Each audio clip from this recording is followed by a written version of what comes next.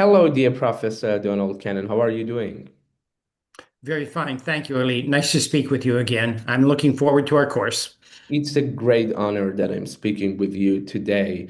And I'm also certain that the students will be really interested in this conversation because we're going to talk about our course, our methodology, how it works, and what methods are we going to employ in our course. So please, the students, stay with us and also see this video till the end. Thank you very much. So the first question, dear Donald, can you please tell me a little bit about yourself? Maybe the students would like to hear a little bit about your background, where you were born, and what you have done so far. Gladly. But before I begin, let me address the issue of what you said, honor. Actually, it's my honor to be able to be working with you and your students. Um, I say that because the the emphasis goes to the students and not to the teacher. So that's how I would like to begin our footing there. Now, about myself, I was born in the USA in the state of Washington. That's the most northern west state on the Pacific Ocean. Washington State is as far away from Washington, D.C. as you can possibly be, and frankly, I like to keep it that way. I graduated from the University of Washington in the city of Seattle. I graduated in Russian, and I had taken also a student exchange program in what used to be the Soviet Union in Leningrad, what is now St. Petersburg. Everything has changed a lot. When I graduated, uh, what should we say? Let me say it differently. When I graduated, we had fairly tense relationship between Russia and the United States, but we were entering a period of détente. Actually, what was going on is we were beginning to have a lot more trade between our two countries. And I became involved in that process. I started first out as basically a translator and soon progressed into a contract writer and a negotiator. I eventually established a representative office here in Moscow. And since then, I've lived in Russia for the last 30 years. I actually consider Russia kind of my cultural home nowadays. Oh, that sounds really interesting, dear Professor. Can you also tell us for how long have you been teaching English? Well, that's a good question. I can say for sure for more than half a century. If I really count it out, I would say something close to 55, 60 years.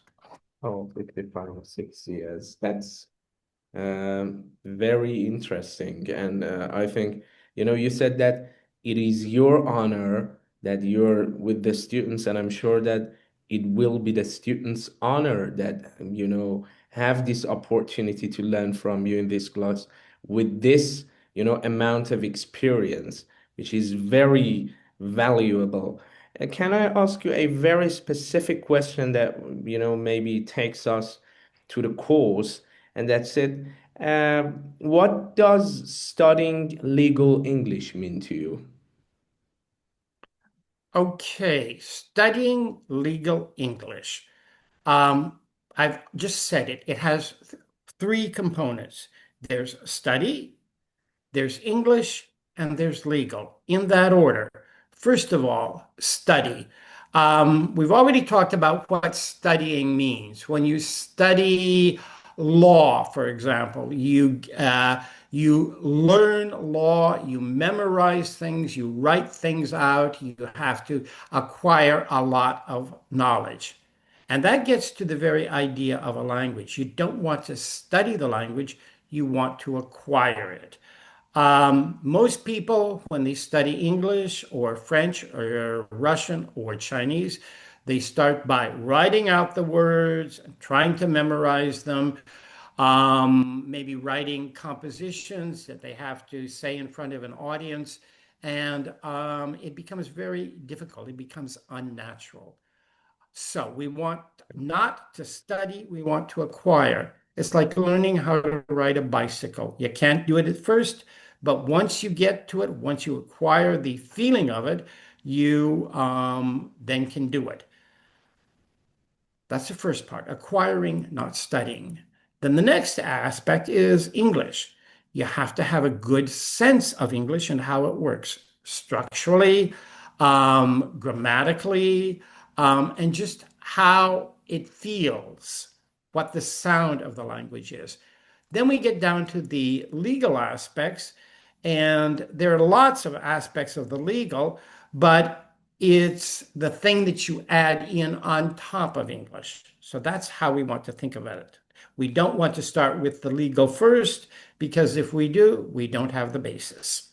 That's great. And what does legal component mean to you? Oh, what does legal component? Wow. Okay. Legal has all kinds of components.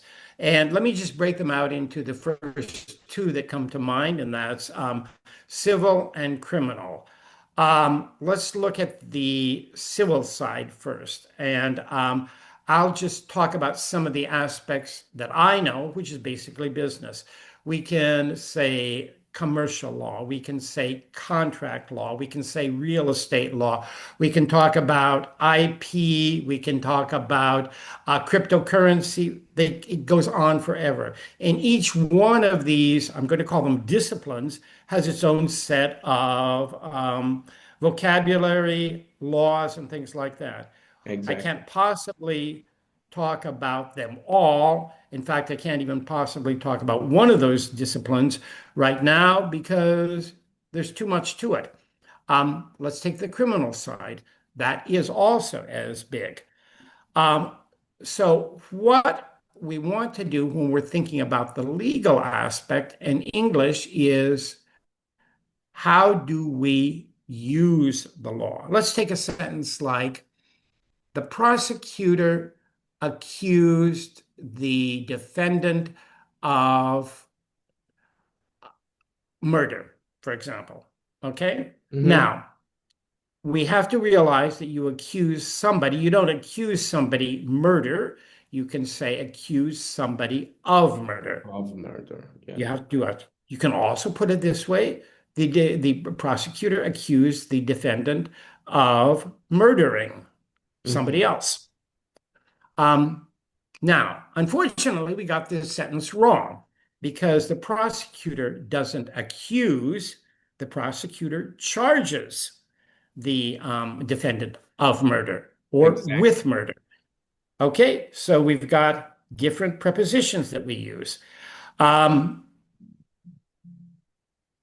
I beginning to get towards the essence of what legal begins to mean when we're Yeah, talking about exactly. English?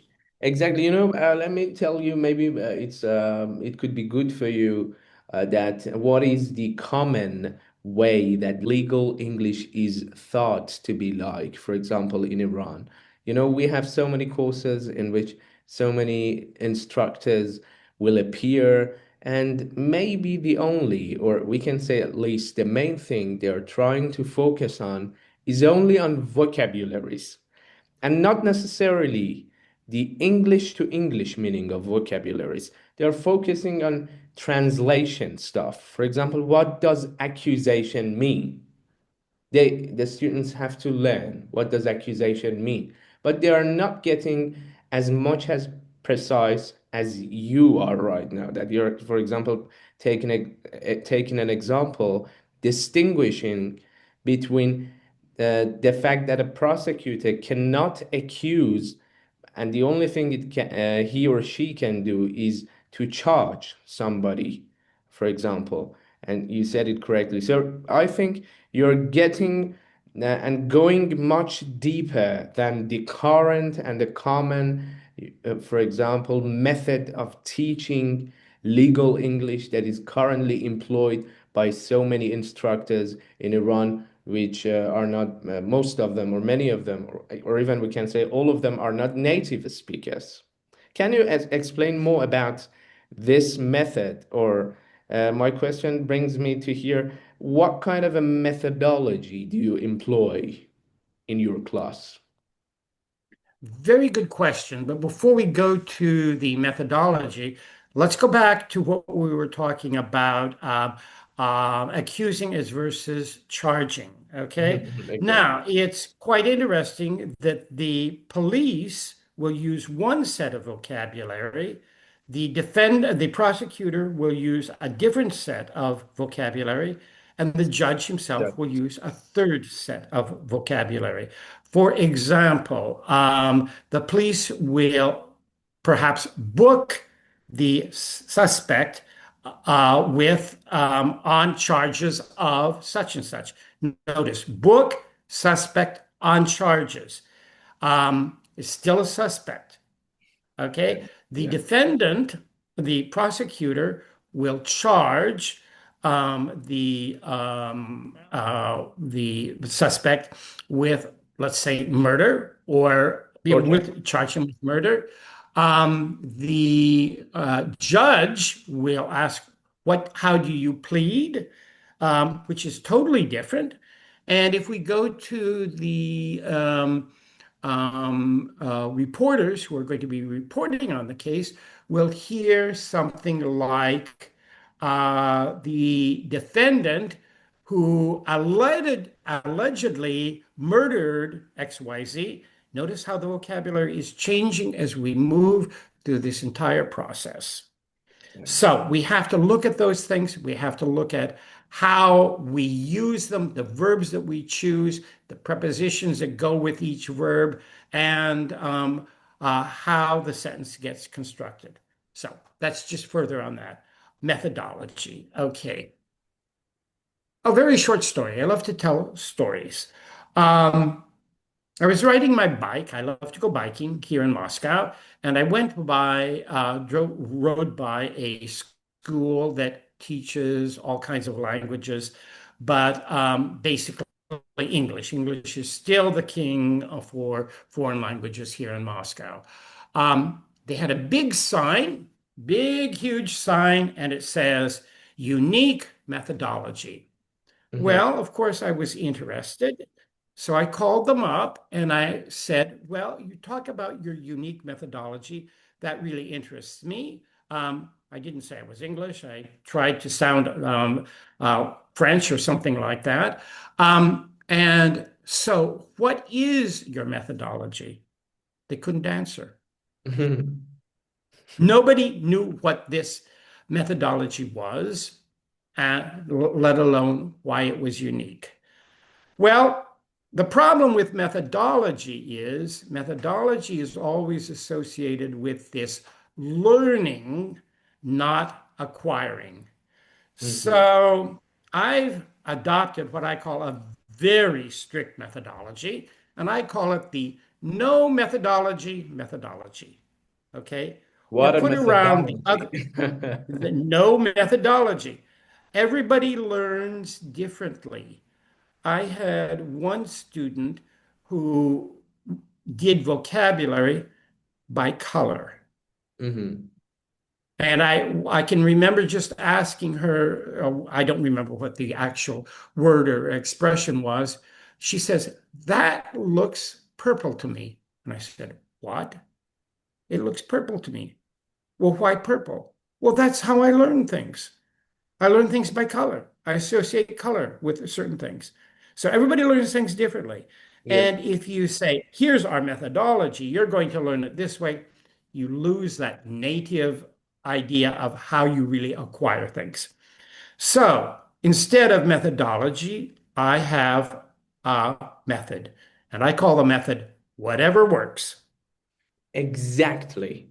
Students keep asking me questions not about language learning, but sometimes about how I can, for example, study for bar exam. That's a question they're asking me. I'm always Mhm. telling them, I don't know. You have to find a method that works for you. That's exactly you are referring to. That's exactly correct. We cannot define one certain methodology which can be applicable and can work for everybody. what that works for person A does not necessarily work for person B. So I Probably think, doesn't.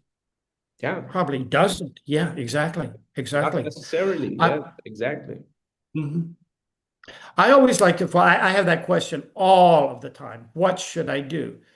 And I like to follow up. Well, what do you think you can do? Just tell me what you think. What are the first ideas that come to Mhm. mind? So we get Mhm. do A, do B, do C, for example. Mhm. Okay, go out and for 3 days, try A, see if it works. Then do B for 3 days. Then do C for 3 days. And then ask yourself what feels best, what works best, what brings the best results. So if Exactly. B brings the best results, try B for 2 weeks or a month, see if it works. And as you're trying B, think of variations on B. Bring in some ideas from C, D, and E. See what works. It's the only way you can do it. What kind of a lawyer do you want to be? Mhm. Mhm. How did you decide what kind of a lawyer you want to be, Ali? Mhm. I cannot get your question. What kind of a lawyer? So you're, for example, What imagining what aspect of the law do you want to focus on? How did as you decide that? it just I didn't consult with anybody regarding this matter. I didn't go to Professor A or B asking him what kind of field should I Mhm. proceed. It just happened itself. And when I, for example, at the very first time participated in a moot competition, I was, dealing with a lot of materials in the field of public international law, reading the texts of conventions, treaties, I don't know, going through different parts of, for example, controlling judgments by the courts. And you know, that gave me the impression that I'm really interested in this field and I have to study this field. And no one helped me really. And I think no one could have helped me either. So I decided myself to study international law because I saw myself really interested in this field, and I saw that I can even understand public international law much better than private law or Iranian private law. So my mind, I decided, and for example, understood that my mind works much strongly in this field. That's the other reason I decided to study in international law. You're describing something that I like to call the aha experience. Mm, And that's what our course is about, mhm. finding your own aha experience. And then you know what it is. It's not something that you can make your head come up with. It just happens. When you're there, you know you're there. Exactly, yeah, precisely. Can I ask you one more question? Because this is the question of some of the potential participants of this course.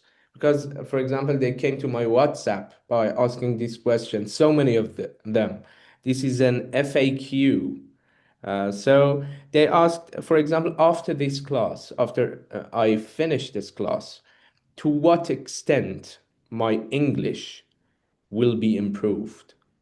To what extent I can, for example, see changes in my English level?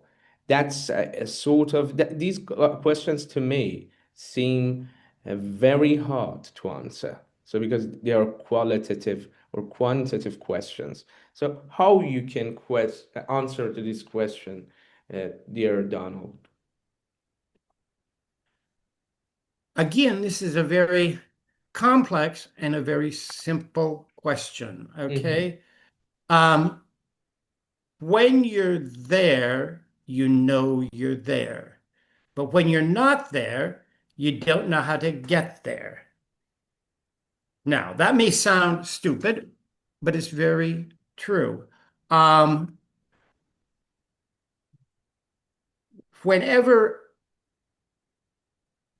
I study another language and I start speaking it, I forget what it was like before. Mm-hmm. When you've improved in something, you don't remember what things were like before the improvement. So it's hard to say 40%, 5%, 80%. Now, I can name 3 things that will determine how much you gain from the course. Mm-hmm. And unfortunately, these 3 things have nothing to do with me or with you, Ali, as the teachers. This is what comes from the students themselves. The individual student, for example. I'm not speaking to Mr. XYZ or Mrs. ABC. And it's difficult. First of all, there's time. You have to give time to what you're doing, okay? And not only time just by itself, but you have to do it both in quantity and in quality. For example, you might spend 2 hours studying English at 10 o'clock in the evening, but it's not quality because you don't do the right time. All right. Now, if you get up in the morning 20 minutes early and you use the first 20 minutes of your day studying English, a lot of that will remain with you. So there you have qualitative time as versus the quantitative time. Yes. There's also what you do during that time. And there are a few little examples that I can give you where on pronunciation, for example, if you have a difficult thing to pronounce, and probably the worst thing that for anybody, for non-Americans or non-English speakers to pronounce is our World Wide Web, www, that is in every URL address that we have, World Wide Web. It's very difficult. So what I tell my students is when you want to do something like that, take 15 seconds every morning, 15 seconds every evening, and just say World Wide Web. Notice I've closed my eyes. World Wide Web. Do it for a week, and you will find your pronunciation really improves. Now, that gets to the second point, okay? Discipline. You have to discipline yourself to do it. 15 seconds in the morning, 15 seconds in the evening. And the discipline is something you just have to remember to do it. Oh, I can't remember to do it or whatever. No, you have to discipline yourself. If you don't have the discipline, you're not going to get there. And then there's the other thing that I like to call hardwired, okay? People who are hardwired, it's like my grandparents. They used to listen to the radio in the 1920s when it was first invented, and they thought it was a wonderful thing, okay? They had to plug it in. It's all hardwired. It's all wires and tubes. Nowadays, we don't have this hardwired. It's in our computers. So it's different. Now, lawyers tend to be very hardwired. They think that I'm going to do it this way and not that way. Judges are even worse. The police probably are the worst of all. Keep in mind, the police are involved in hardwiring. And we have a very specific word for this, and it's being bantered around a lot politically now. It's called hubris. Hubris is a form of arrogance. And as I recall, the word derives from Greek, meaning arrogance so strong that it actually offends the gods. Okay? And lawyers, you've got this in your bones because that's part of what attracted you to the law. It's this hubris. and this feeling of being right. You've got to give it up. You've got to go back to being a kid of 3, 4, or 5 and say, okay, I'm not right. I'm just learning. I'm here to absorb what I have. Hmm. Those are the 3 elements that I can see that you need to do for English. Now, I'm not answering your question because the answer is within you individually and Hmm. not within me. I teach a similar course to what we're doing to Russian students at a university in the city of Kaliningrad in Russia.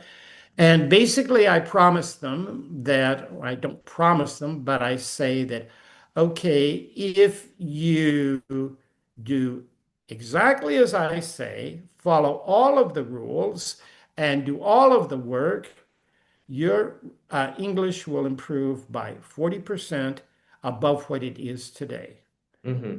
Now, I can't promise that, but try following it, see if it works.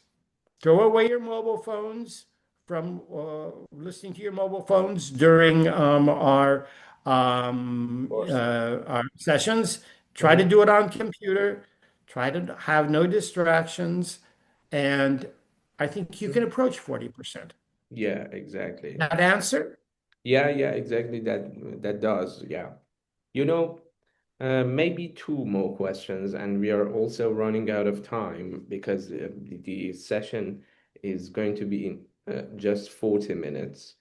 One more question, which is a little bit similar to the previous one. So many of the students approach me asking this question that my level of English is very basic. So is elementary. I know nothing about English. Does this course help me? Is that suitable for me? Because when they see even a native speaker is teaching half of the course, this will also maybe make the course much complicated for them to understand. And we only have 10 minutes from now on because I have just seen the notification of 10 minutes. Well, you've asked a question. Let me answer quoting Sherlock Holmes. Hmm. Elementary, dear Watson.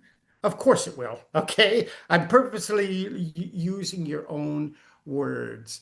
Hmm. Um, I had a student um, with whom I worked a lot, but we didn't work on studying. We worked on just talking. He never wanted to improve, but he had a vocabulary of maybe 1,000 words. But he knew how to use each word very well, and Hmm. he could express all of his ideas with these 1,000 words. So the issue is not so much of is it going to help me, but how do I increase my own belief in myself or my confidence in myself to Hmm. say what I want to say? How do I get away from the idea that as a lawyer, can express myself perfectly and very in great detail in Farsi, when in English I have to go for just 50% of this detailed idea. If you're willing to do that, then you can learn how to make English work for you. That's what we're talking about. That language works for you. You don't work for it. Hmm. Does that answer your question, or is it too roundabout? No, it really answered my question. And let me just ask you my last question. But this is not, the There English never people is a say, last question. okay, There never is a last but last not the question. least. You know, Okay. yeah, I remember in our previous course, you said a sentence which seemed really interesting and of great value to me. That you said, I remember I can Mhm. quote it verbatim because I really paid attention to what you said in that course, and you keep repeating that sentence. So to putting in order to put much emphasis on this subject. And you said the sentence was simplicity in writing, and getting to simplicity is not simple at all.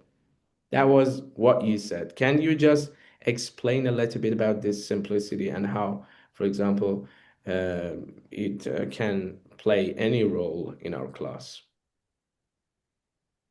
Well, it's an interesting answer. I'll try to explain this much, and then I'll get to the end and I'll explain this much, and you'll understand how simplicity is simple.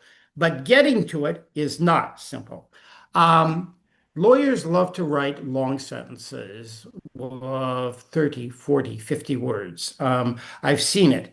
And the idea is that the very concept that you're talking about gets blurred with so many words. So I'll tell my students, reduce it to 30 words, reduce it to 20 words, reduce it to 15 words. I can take one sentence that one student is writing and another sentence about the same idea that another student is writing. And I say, we go through this process of reducing till we get down to 10 words and compare what he wrote versus what she wrote, and they come out almost exactly the same. That's getting to the simplicity. From there, you find that your idea has refined itself so much that you know where you want to go in your next idea. One idea connects to another idea. Another idea connects to another idea. Another idea connects to another idea. So making one sentence simple brings your thought process, clarifies your thought process, and often changes your thought process.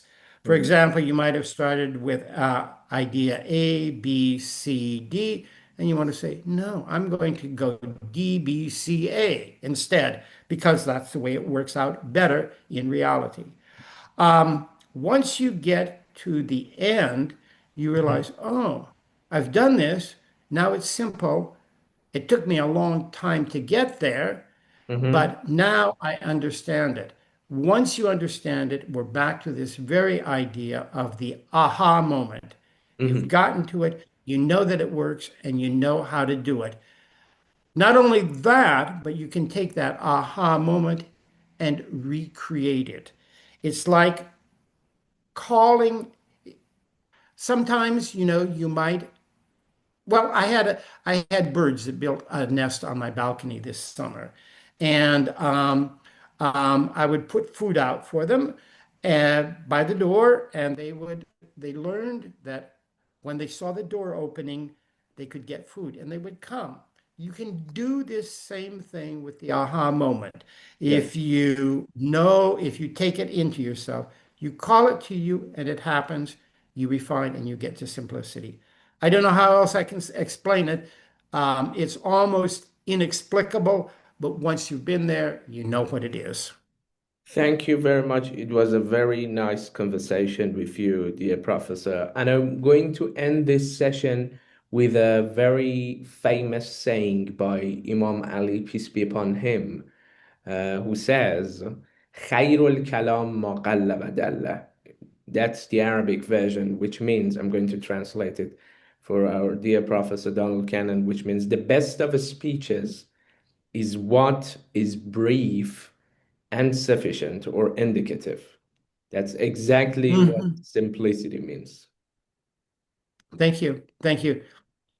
You honor me very much, and I hope that I can honor you back to the same degree. It was a great honor. Thank you.